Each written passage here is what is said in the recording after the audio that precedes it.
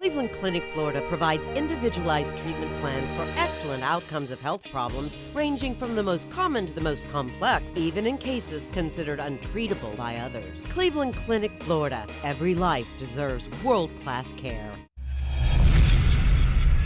I'm appalled at what you said on that pod thing. It's disgusting. This is the After the Show podcast. It's where we get honest and real with yo ass. So sit back, relax, have a blast, because it's time for the After the Show podcast. Yeah, hello. Welcome to the KVJ After the Show podcast here for Monday.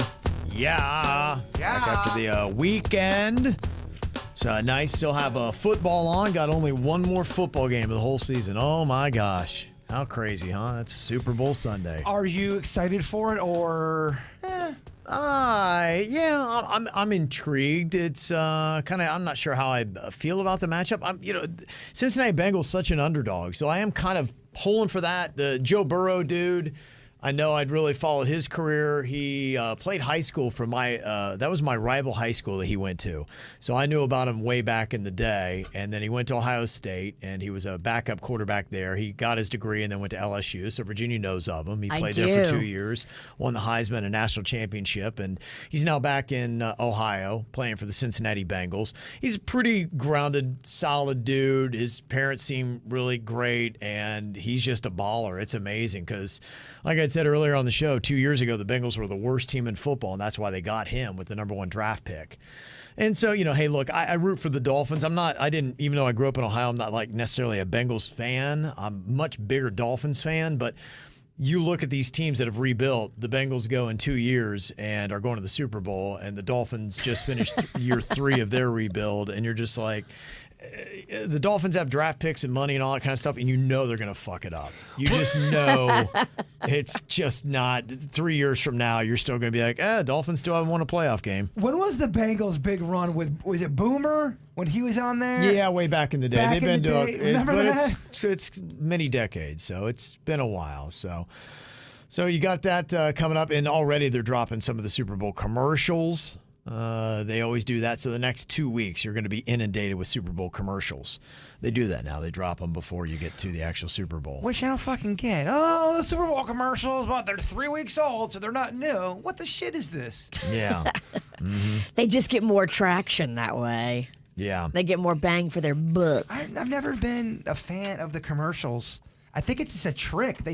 We think we like them as a society, and we really don't. I actually do. See, they got you. They don't got you. me. I know what I like, and I like them. You fell for an old advertising mind. I like the higher production quality. I like the star power that a lot of times they'll have that regular commercials don't have. I would argue they fucking twisted you. They got you. I can be mildly amused by it, but at the end of it all, it's still a commercial. Yeah, it's a commercial, dog. Mm-hmm. Some of these they'll hype up, and then you go, oh, there's going to be a twist ending. Someone's going to get their arm cut off or something. Oh, it's just a fucking commercial. I think the one that you were talking about earlier, Virginia, I think it's going to be highly disappointing. I think you're going to be deflated when you see it, because it does look good, because it's Mila Kunis and it's Demi Moore, and of course they both have in common Ashton Kutcher, and they're in an ad together. You're like, ooh, what's going on? I just have a feeling, I'm just sniffing right now.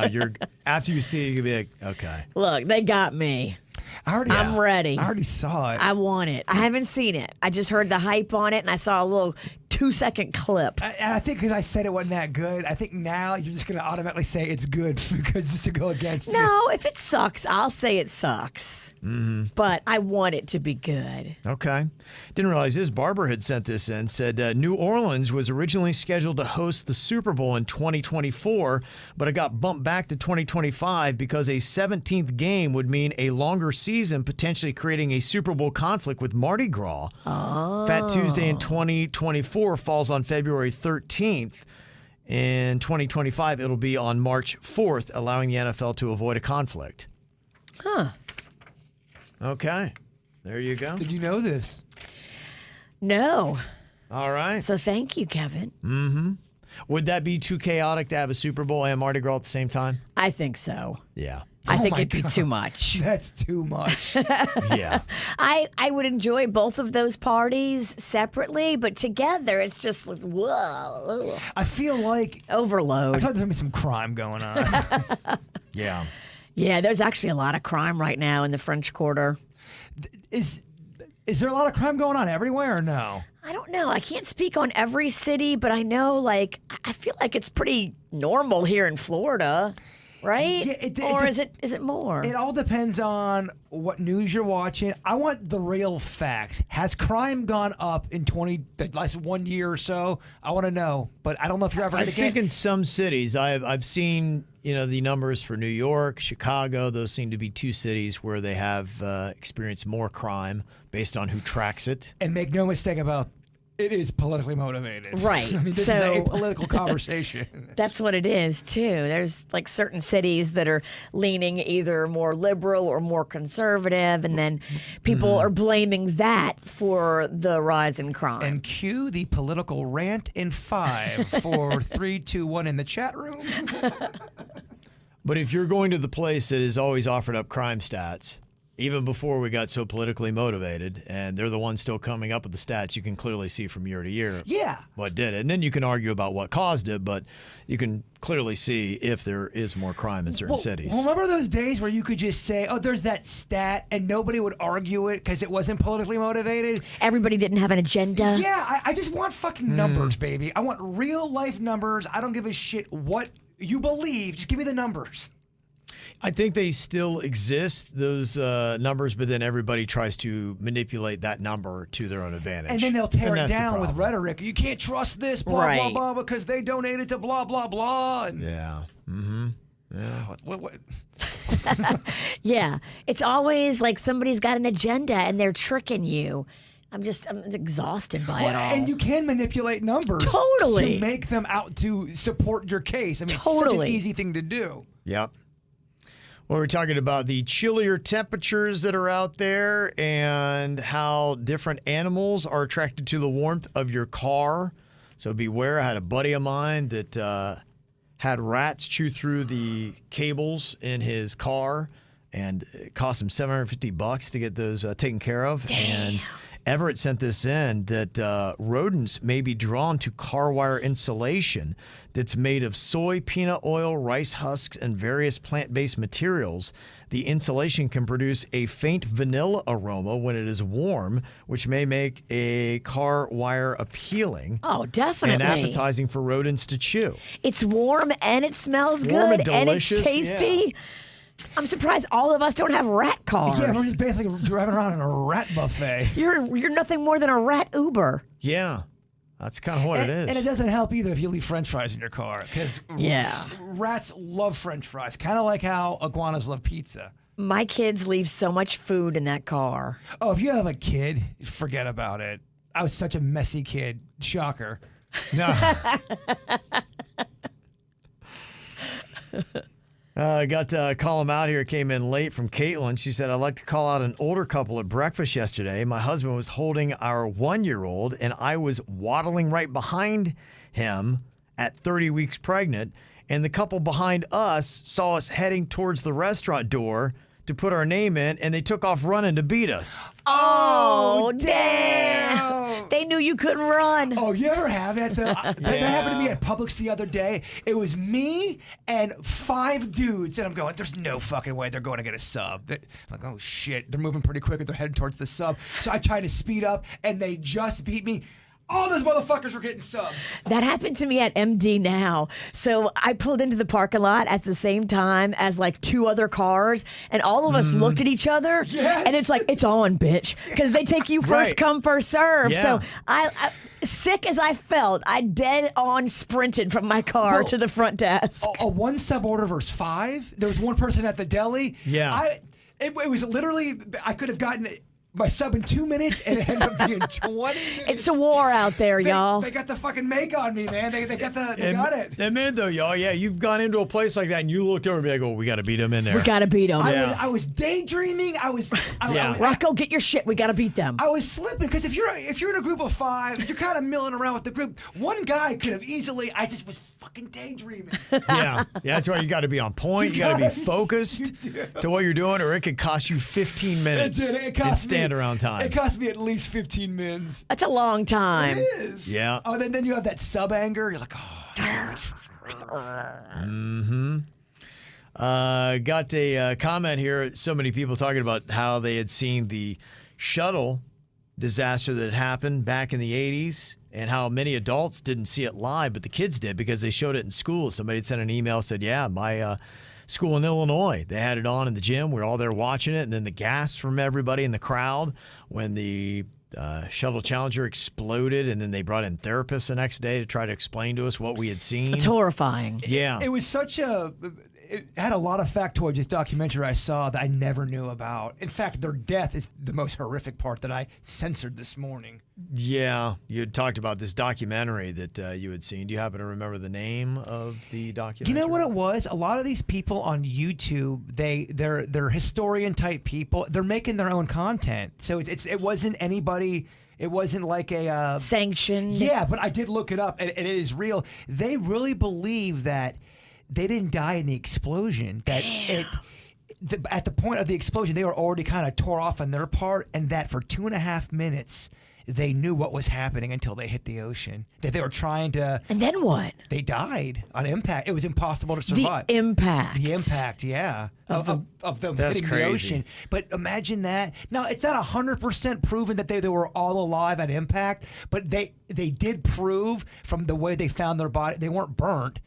They did not blow up in the explosion. Damn. And that they were alive. Some of them were alive at some point during the fall. Damn. I never knew that. I didn't know Big Bird. I didn't know that either. Big Bird was supposed to be on that thing. Yeah. That's fucked. Yeah, and you're wondering, would they bring Big Bird back if that Zombie happened Big and kids Bird? saw that? Well, do you say, oh, Big Bird's in heaven? Or do you go, oh, Big Bird got out? Or then how do you explain? Or do you just do what they do on shows? And Well, he's such a staple character. He really was almost like the MC that was going to Oscar's trash can, then he'd see Snuffleupagus. And, you know, when I watched Sesame Street back in the day, he really was like the common thread. We're talking 1986. Big Bird was huge back. Yeah. He's still big, don't get me wrong. But back then? Using him that way, that it wasn't like one of the side characters where, you know, if you took him out, you just replace him with something else. Big Bird was... Yeah, so that'd be a tough decision. Yeah, the whole documentary was not anything. There's even more details that were fucked up. Scary. Yeah, Andrea, I don't know if I want to know. Yeah. I think I may have gotten enough sadness out of Jaybird's explanation. They didn't die in the Yeah. explosion. They were free falling for enough 2 for me. minutes, You Kevin. can kind of tell I want to keep going. Andrea emailed in and said, yeah, when Mr. Hooper died, they wrote it into the show. The actor passed away, so they had Mr. Hooper pass away as well. And, you know, that is a good way, I guess, to teach kids about death. Yeah. So, you know. It's better than what I learned about. I learned it from a fucking musical song from my music teacher about skeletons going into the ground. But how do they sit kids down and explain that their favorite Big Bird just exploded in a space shuttle? Because I remember watching that in class. They made a big deal about it. We're gonna watch the. Yeah, they did. In fact, because you had the teacher. we might have been Christy McAuliffe on outside it. watching it. Okay. Wow. Oh, okay. Yeah. You could have. Yeah. I think we were. You were trying to see it real, not on a TV. Well, I was so young, I didn't really understand it until I heard all the adults talking. Okay. And that's how you kind of figured out what it was. Almost morphed into another depressing factoid about it. I'm gonna reel it in. Got a lot to offer today, I'm huh? gonna reel it in. Did the adults around you start crying?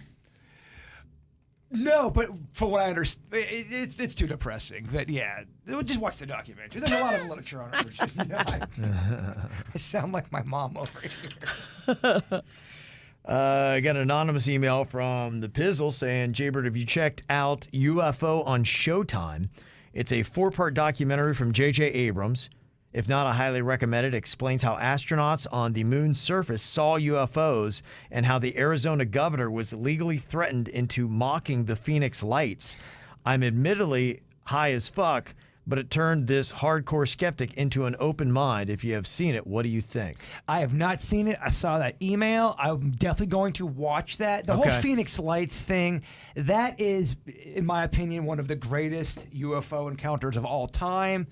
That guy, the governor at the time, really said, oh, yeah, we didn't know what it was. We didn't see it. Or I'm sorry, we didn't know what was going on. Holy shit. And then he comes out to a press conference and really has a different attitude. He's mocking it. They bring out an alien.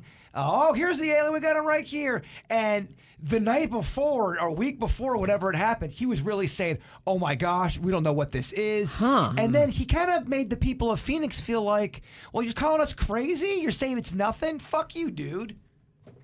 Yeah. He's gone back and said, I didn't know what it was. Holy shit, I shouldn't have mocked it. They never knew what that was.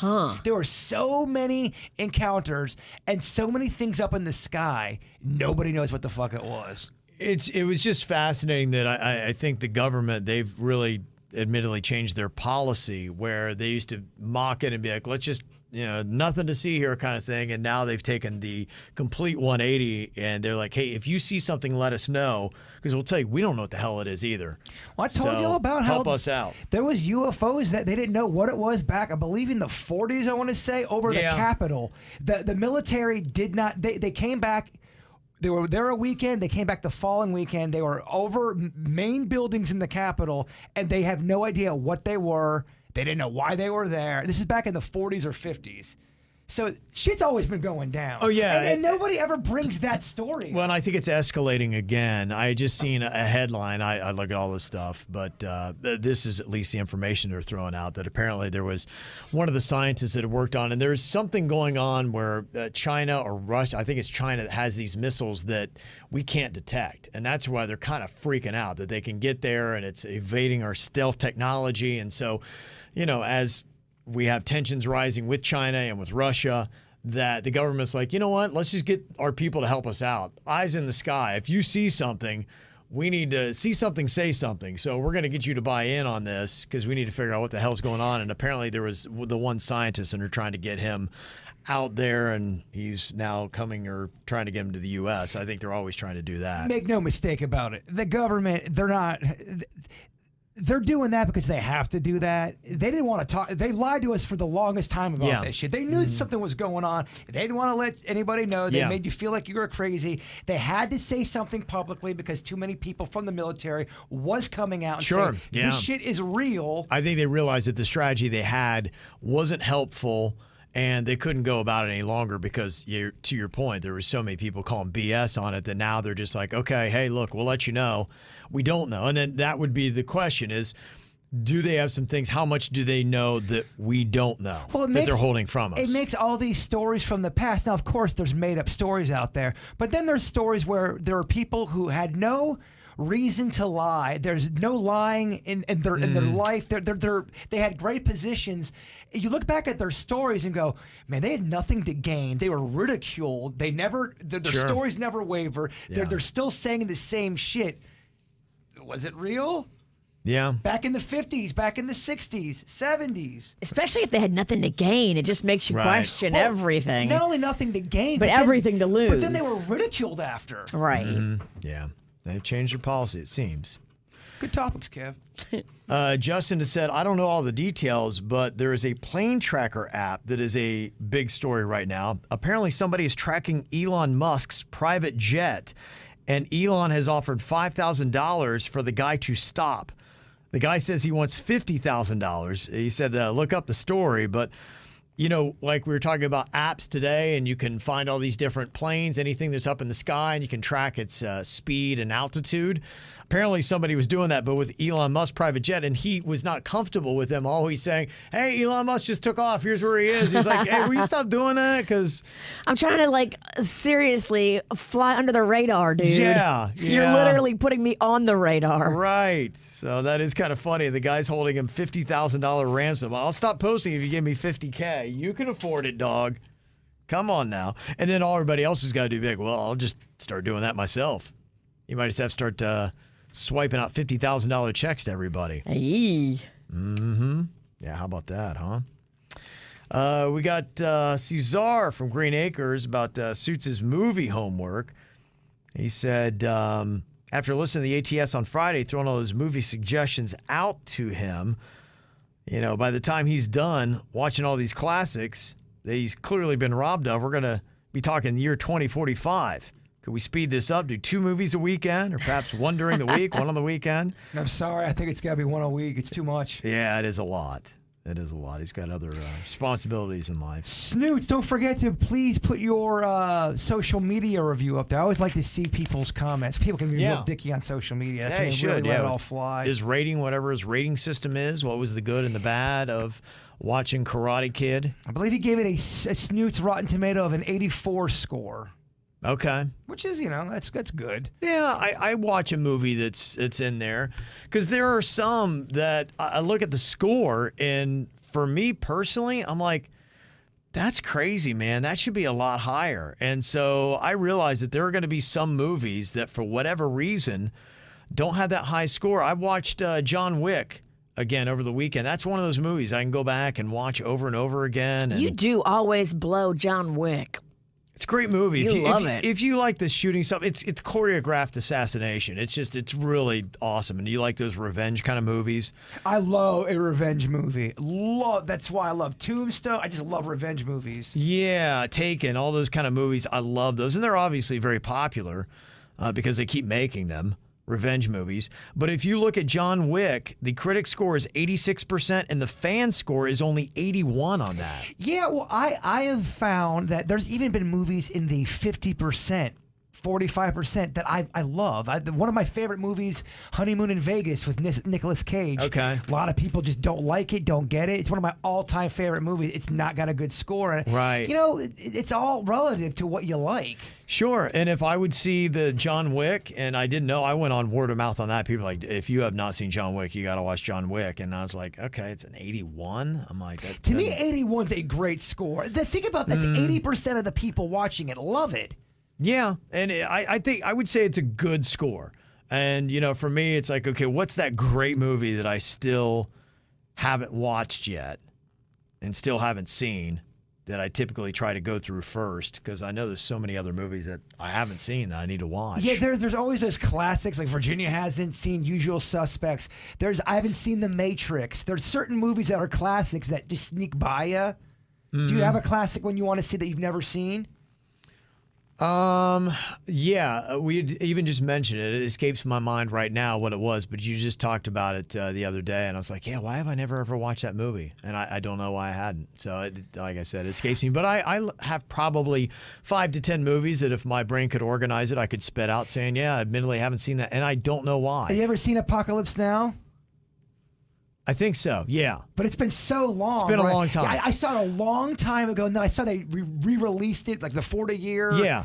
And I'm going, do I need to see this again? There's a couple in the fringe. I haven't seen Kingpin, and people are like, that's a great movie. And I love that movie. I've not seen that. The Big Lebowski. I haven't seen that either. Super Troopers. I haven't seen that. I wonder if you'll like Super Troopers. I don't know. It's pretty goofy. These are the ones that are just kind of, I haven't had that moment, haven't gotten there. Even for me, The Usual Suspects, I probably watched that for the first time in the last 3 years, and I'd never seen that. The problem with Usual Suspects is Virginia and you're going in there knowing there's a twist and there's some kind of stuff going on. I don't know. I actually didn't really know. I I don't think it was on my radar when I saw it. I can tell you, I don't know. Well, never mind. There's a twist.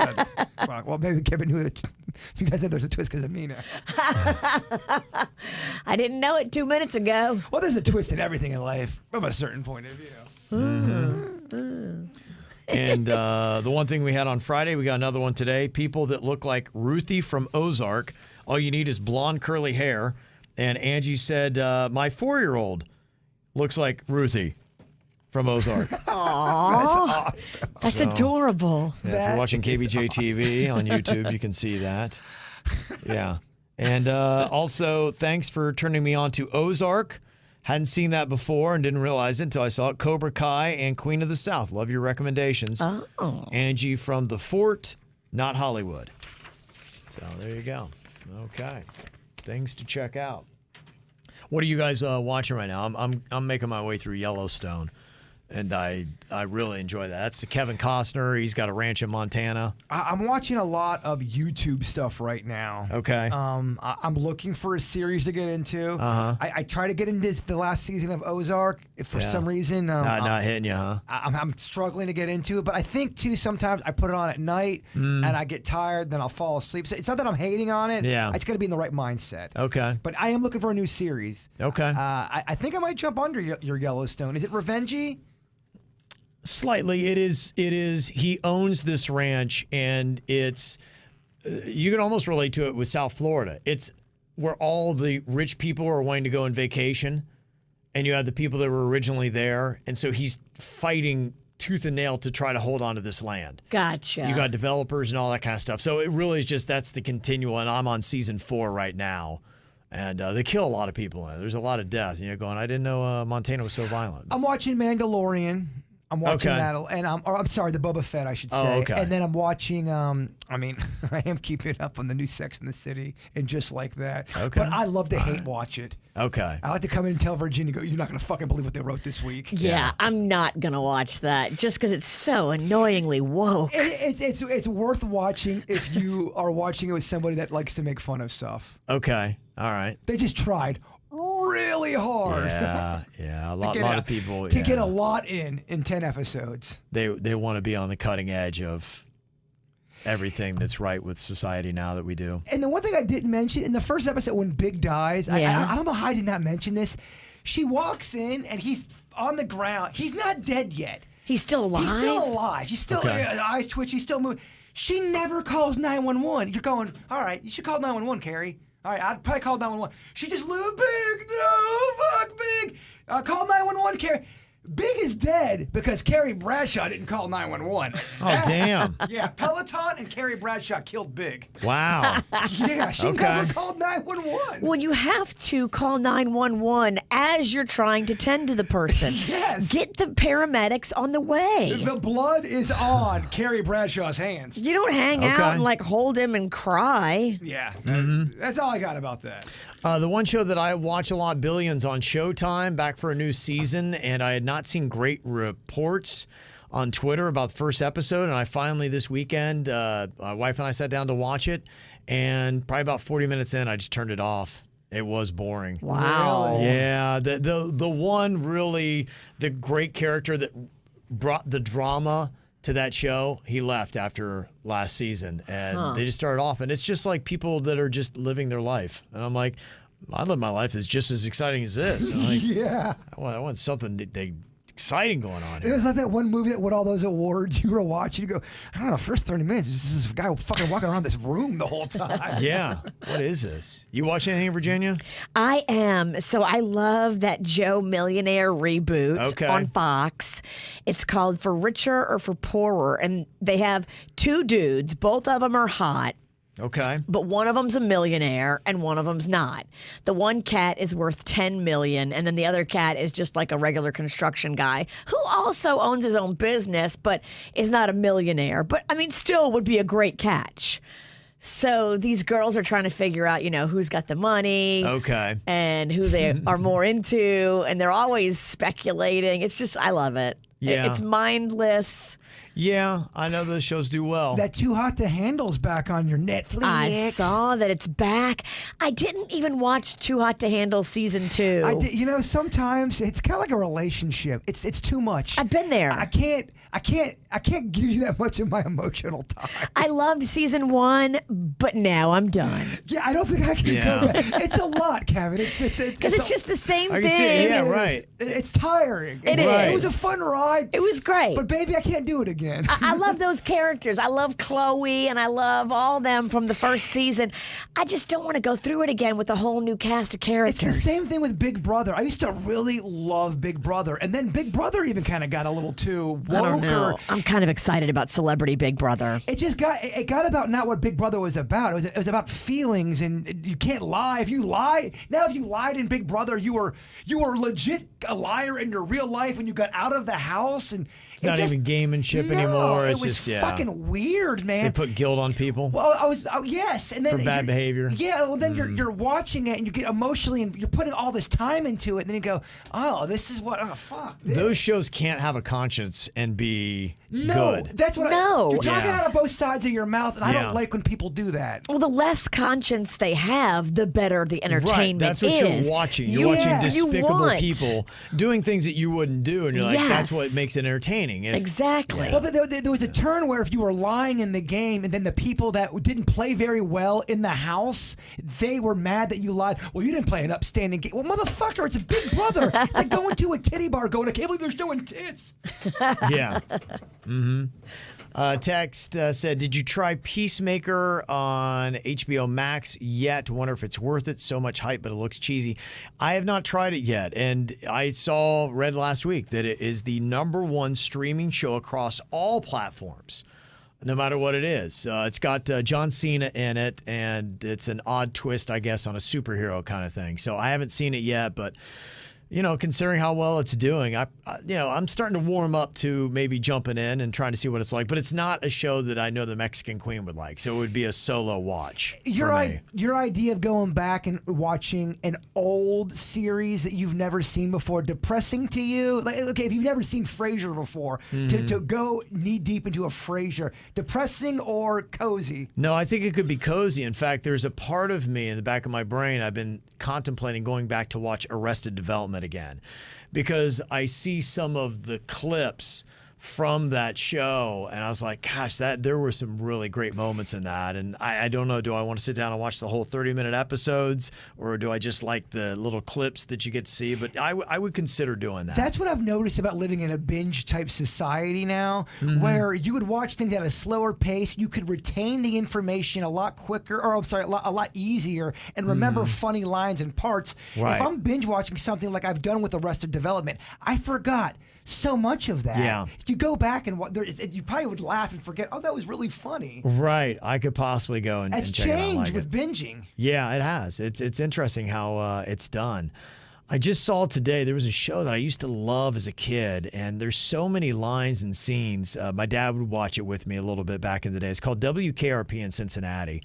And it was big for us because it was Cincinnati. I was growing up in southeastern Ohio, just on the other side of the state. So that was kind of big. Oh, my God. Because nobody ever does shows about Ohio. I mean, what the hell, at least that time. That show was big everywhere, though. Yeah, and that was kind of neat for it. And then, of course, I wind up in radio. But it was just, I still laugh at so many scenes that had gone on with that. I don't know if you've ever seen it. I don't really ever see it playing anywhere. I've never seen an episode.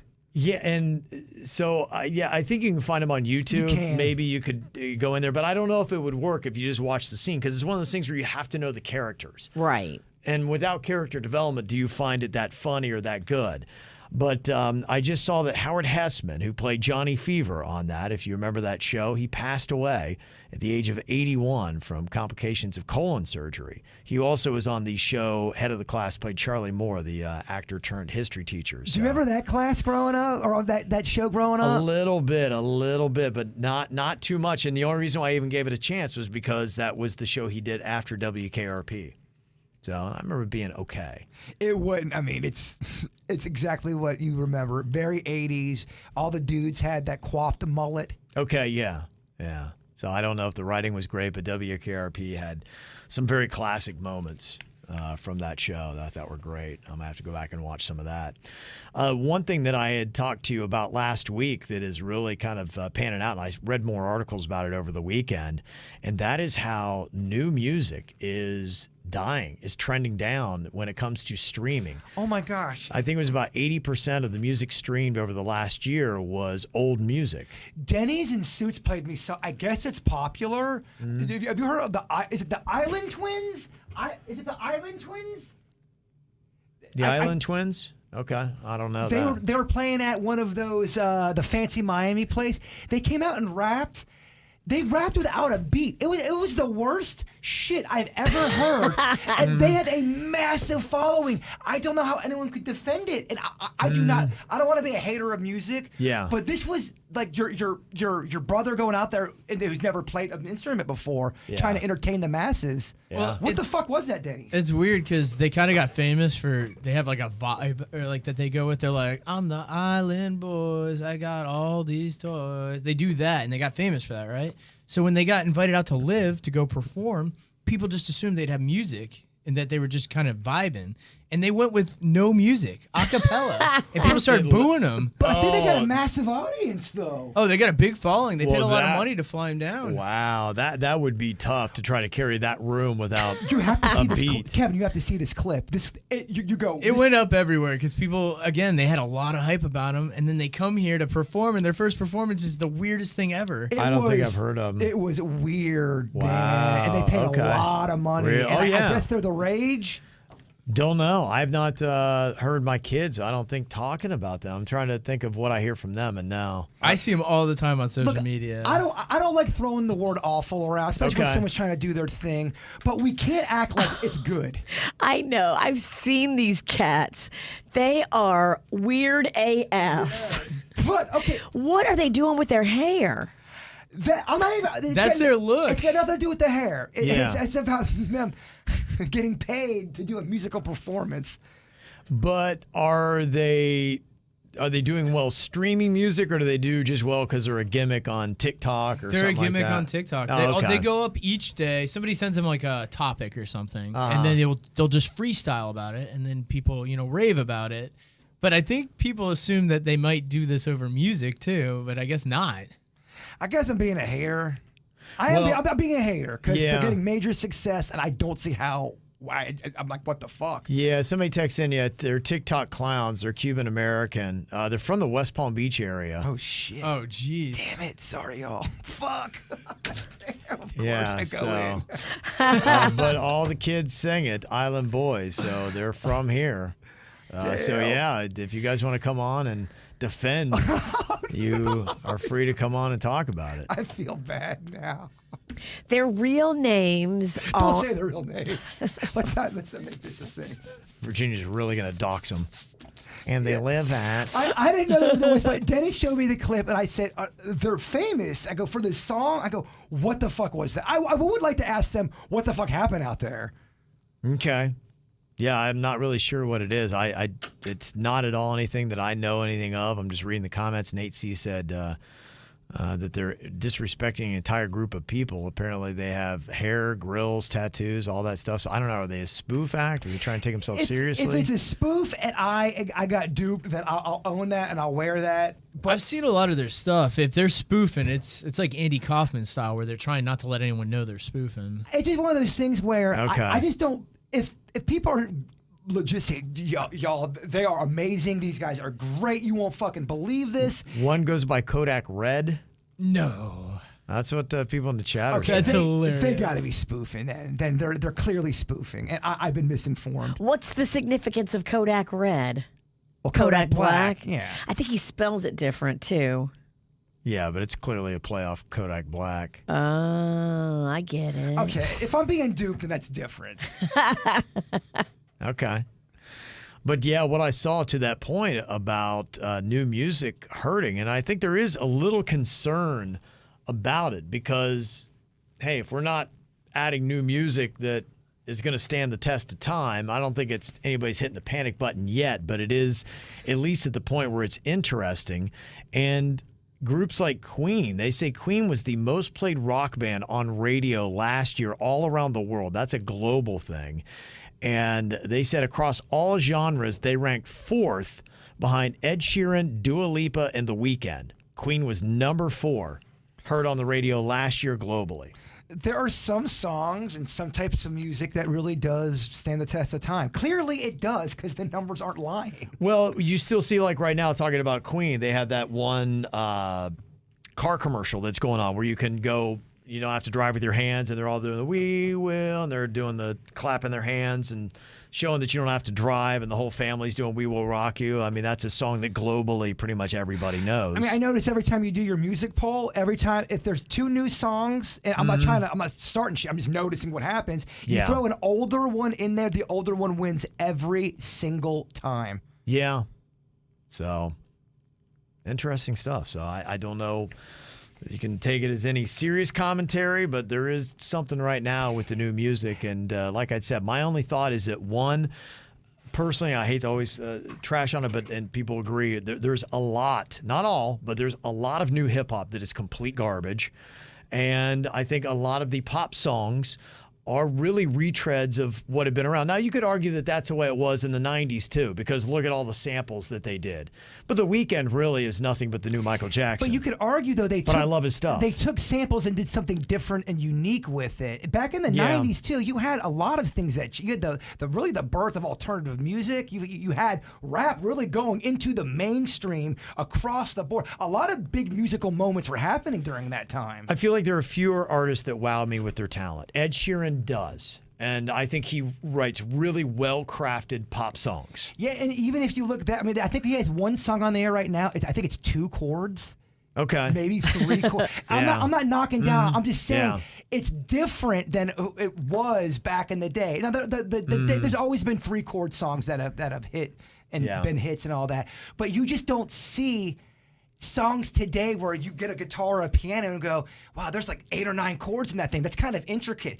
They're no more than 4 chords usually. Yeah. Which maybe people have more of an appreciation for music and playing instruments. Maybe kids aren't playing as much as they used to. I don't think they are. And so that might be it, where you would listen to a song. Like for me, I tried to play guitar, and then when I listened to Eddie Van Halen and knowing what I sounded like compared to him, I'm like, holy crap, I had a great appreciation for what he did. And when I heard those notes, I'm like, that's almost impossible what he's doing. And so I like that. But me understanding how hard it was to do what he was doing, I loved it even more. And maybe kids just don't have that. They just go for the sound, and they don't care what kind of talent it takes. It always comes back to who's the one serving out all the music too. I think great music's still being written out there, but a lot of people don't hear about it. Yeah, there's a lot of stuff that to me, I love new music, but I really make it a point to seek it and find You it. have to. It's like a garage sale. It's not necessarily easily presented to me the way it used to be. So I'm always looking for what's something new that sounds great. So. I'd like to get Virginia on an instrument. I think you would be great with an egg or a tambourine. She got rhythm. I think you could fuck up on a tambourine. I feel like I could do that justice. Yeah. All right, you want to join the band? Sure. You already joined the rap group. She's all in. I got a nice email here from Jason. Said, I've been wanting to write to you for months now, and today's the day I decided to do it. I wanted to express my thankfulness to the whole crew and the rest of the team for making my radio experience awesome. I used to listen to Elvis Duran, but you guys grew on me, and I now never switch from your show. I even catch myself listening to the same podcasts. On a different note, I really enjoy the Weird and Whatever podcast as well, hosted by Jaybird. Great stuff. Please continue it.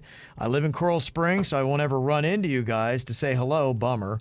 No, I'm actually down in Coral Springs. You might see me out. My cousins live there. I was down in Broward a couple of weekends ago. I'm trying to go to more of these toy shows out there. Yeah. So if I'm the next time I do something like that, that's not a KVJ event, but if it's a toy show or something, I'll put it out there so people can meet out. I saw some KVJ Nationers out there. Yeah. So if we're ever out of our 5x5 mile vicinity, we can let you know and maybe grab a drink or something. Woohoo! There we go.